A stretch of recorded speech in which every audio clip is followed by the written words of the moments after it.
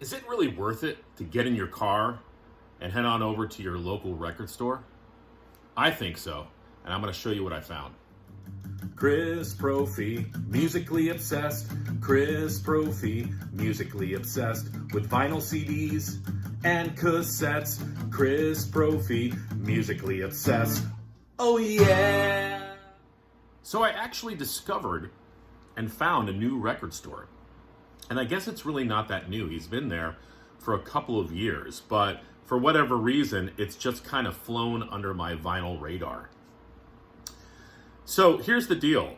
Every once in a while, I put into my phone like record stores near me just to see if anything pops up. And the last couple times I've done that, this store has come up called No Donuts Records. That's right, the name is No Donuts Records. And I'm like, what is this place? So I look at the images. I saw that he obviously did sell records. And I also noticed that it's around by where I work. So I work about a half an hour from where I live. And I happen to have a gift card for a restaurant near there that one of my students gave to me. I'm like, you know what? Let me make a day of this.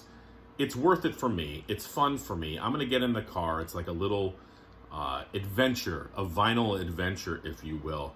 So I went out. I went to the place for lunch. I had a gift card for $20. So I ended up getting a turkey Reuben, a side of fries, and an iced tea. Came to $20.21. So I paid 21 cents for lunch, which was awesome. Delicious sandwich. Then I put into, Google Maps or whatever, No Donuts Records. Saw it was 10 minutes away, so I traveled over there. Noticed that the record store was kind of part of another store, and there was a side entrance, not a lot of parking, so I kind of found a spot, went in the side entrance, walked in, and it's one of these cozy little record stores. 2 rooms, 2 small rooms, but a lot of records packed into a tiny place. And that's what I told the owner. His name is Jared. Right away, I'm like, you've got a lot of records here.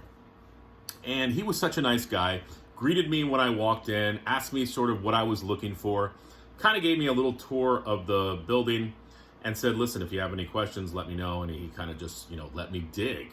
And then a couple other people walked in after me, and I could tell that they had been there before because they were, referring to him by name, and then they were talking about music. So I heard people talking about music and records, and I was looking through records, so I was in heaven.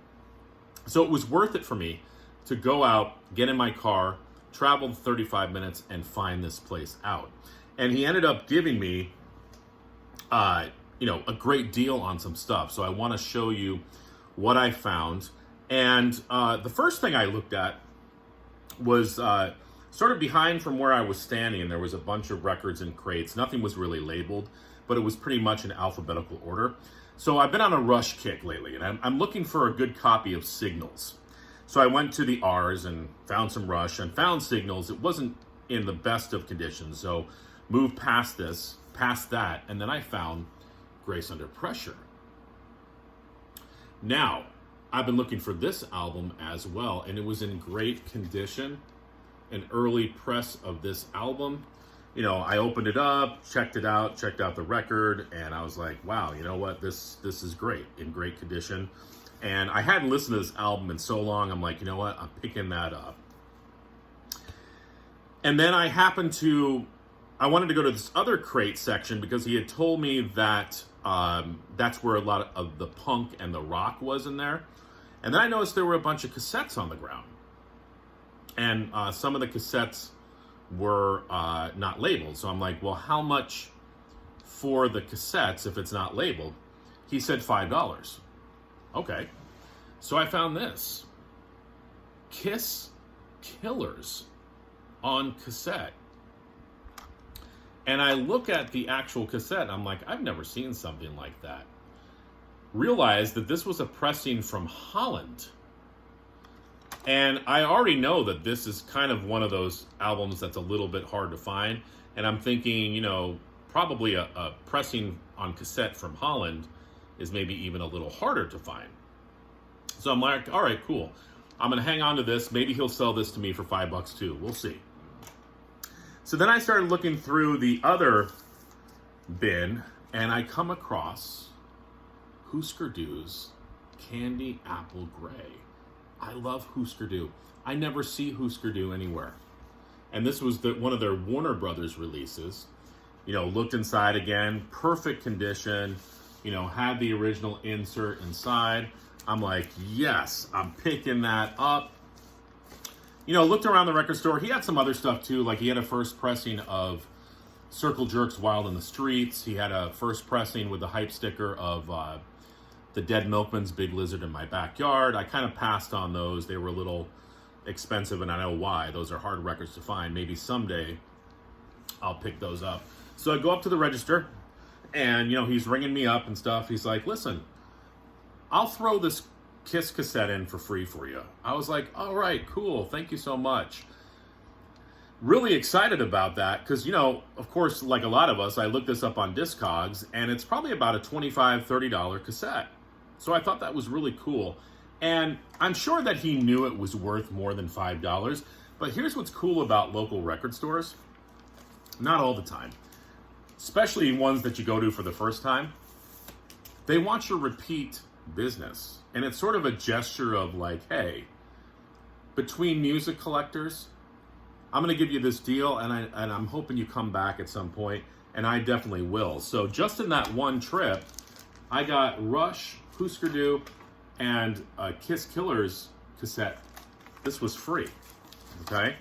Now, you guys have heard me talk about my local record store, Darkside Records, which is bigger than No Donuts Records.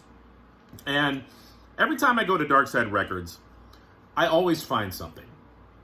And I always joke about, like, I probably shouldn't go because I know I'm going to find something. Everybody there is so friendly. And, you always end up talking about music. And I always go to the same sections. I go to the metal section. Then I go to the punk section. Then I go look in the Monkees area. Then the Moody Blues. Flip through the Kiss. See if there's anything in there. Country. Usually I hit the Miles Davis section. Nothing was there, and then I'm like, you know what? Let me go check out the country section again. I'm going to go over to where Dwight Yoakam would be. And I come across this. Guitars, Cadillacs, etc., etc. I never see this album. And it was only $20, and I'm like, it's probably beat up. So I open it up, and I noticed it had the original inner sleeve. And then I looked at the record, and it was perfect on that Reprise label. I'm like, holy crap, I'm picking that up.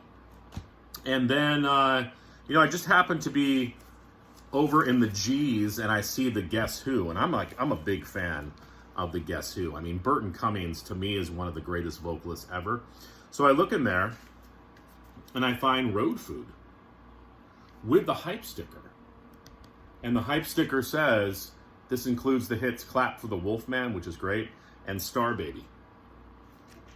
So I opened this up because this was only $5. I'm like, it's probably going to be beat up. Well, first of all, you had the original inner sleeve. And then you had the original lyric sheet included. And the record itself looked like it had never been played on this orange RCA label. So I'm like, sold, $5. So here's my point, guys. I order from Amazon. I do. I order from Walmart. I go to Walmart, and I'm talking about vinyl. But I'm telling you right now, don't give up on your local record stores, because not only are you going to find some hidden gems, but you're also going to find great people. And that's what it's all about. And you never know.